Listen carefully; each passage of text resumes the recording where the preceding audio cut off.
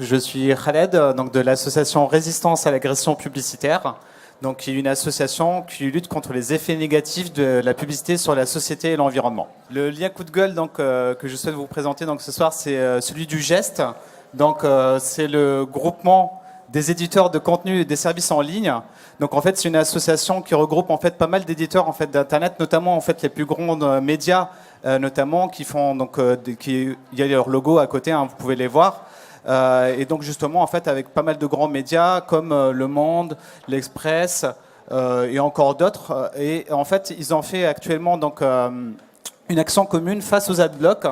Donc qui sont en gros des logiciels, les adblocks qu'on peut installer pour bloquer les publicités sur Internet, qu'on peut installer sur nos navigateurs. Alors c'est compliqué pour les installer ces adblocks ? Non, c'est pas très compliqué. En fait, ça met moins de 5 minutes, moins de 2 minutes à se faire. Donc pour ça, je vous invite à aller sur le deuxième lien que je propose. En fait, c'est celui de Surfer Couvert. Nous, on conseille de naviguer avec Firefox parce que c'est un logiciel libre qu'on peut contrôler complètement.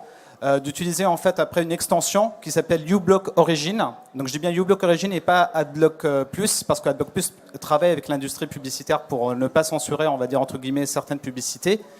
Donc uBlock Origin est complètement libre et en plus il ne fait pas ralentir le service de navigateur internet, et d'installer en plus Privacy Badger qui est une extension qui bloque le fait de prélever des données personnelles pour les vendre à l'industrie publicitaire. Nous on invite vraiment les internautes à aller plus loin, à aller beaucoup plus vers les alternatives, à utiliser par exemple Mumble plutôt que Skype, qui est un service qui marche très bien, mais il faudrait qu'il se développe encore plus, d'utiliser des réseaux sociaux comme Diaspora, qui est connu en France sous le nom de Framasphère, qui n'utilise pas justement, qui n'exploite pas les données personnelles.